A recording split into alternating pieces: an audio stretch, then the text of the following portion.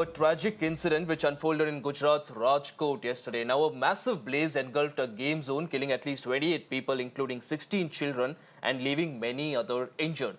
Now, several children were present at the game zone enjoying their summer vacation while the tragedy struck. An SIT probe has been ordered into the incident, and the owner of the game zone has also been arrested, and the search for 3 other accused is also going on. Sources have told Times Network that the game zone did not have the required no objection certificate from the Rajkot municipality, but a fire official has said that the reason for the fire is yet to be ascertained.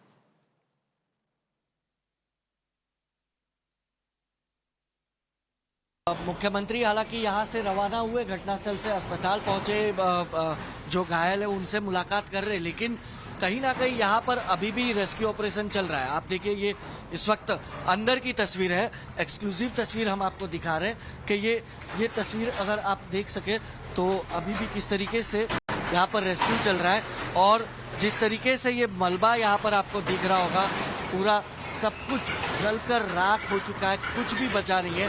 तो आप सोचिए, जब वो 28 लोग जलकर झुलसकर मर गए तो वो तस्वीर और वो मंजर कैसा होगा, क्योंकि 28 लोगों की बॉडी जो है वो दिखाने लायक भी नहीं है। और ये देखिए, ये पूरा क्लीन अप अब चल रहा है, क्योंकि जब तक ये पूरा एरिया क्लीन अप नहीं होगा, क्लीन नहीं होगा, तब तक एक ऑफिशियल फिगर जो है वो बता नहीं पाएगा गुजरात सरकार या फिर राजकोट म्युनिसिपल कॉरपोरेशन।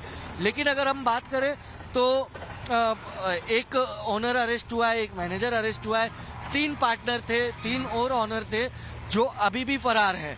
लेकिन यहाँ पर अगर आप देखिए तो ये तस्वीर है, आप देखिए पूरा फर्स्ट फ्लोर तक का ये मलबा जो है वो इकट्ठा हुआ है। अगर इसके अंदर कोई है नहीं है, ये अभी भी किसी को पता नहीं है। लेकिन जिस तरीके से यह आग लगी थी, काफ़ी भयानक मंजर था, काफ़ी भयानक तस्वीरें थी और मुख्यमंत्री खुद यहाँ पर पहुँचे थे। उन्होंने ये यहाँ पर रेस्क्यू किस तरीके से किया गया, उन 28 बॉडी को किस तरीके से निकाला गया, उसकी जानकारी ली। Now, the Gujarat High Court has also taken suo motu cognizance of the tragedy. The issue will be heard in the Gujarat High Court tomorrow. Now, Prime Minister Modi has also expressed grief over the loss of lives and has also said that the local administration is working to provide all the possible assistance to those affected. The Gujarat Chief Minister went to the site of the tragedy earlier today and took a stock of the situation.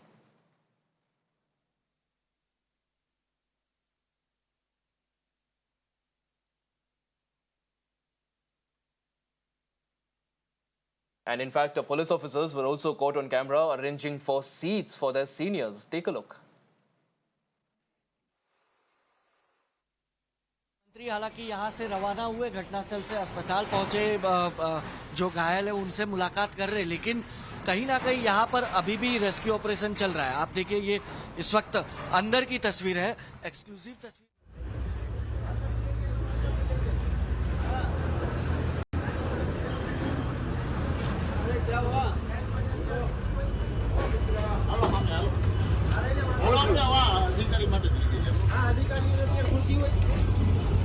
Commissioner સાહેબ માટે લઈ જવાની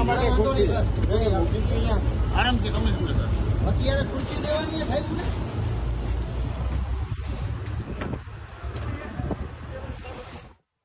In fact, Ramesh Bhai Tilara, a Gujarat MLA, was seen laughing after also saying that certain details will only be known after an investigation. Now, take a look at this interaction. ફાયરની સુવિધા નહીં હોય એ હવે અત્યારે તપાસના અંતે બધો ખ્યાલ આવશે. એટલે આમાં તો હવે હું શું કહી શકું, હવે તમે અગાઉથી તપાસ કરી જોઈએ એવું લાગે.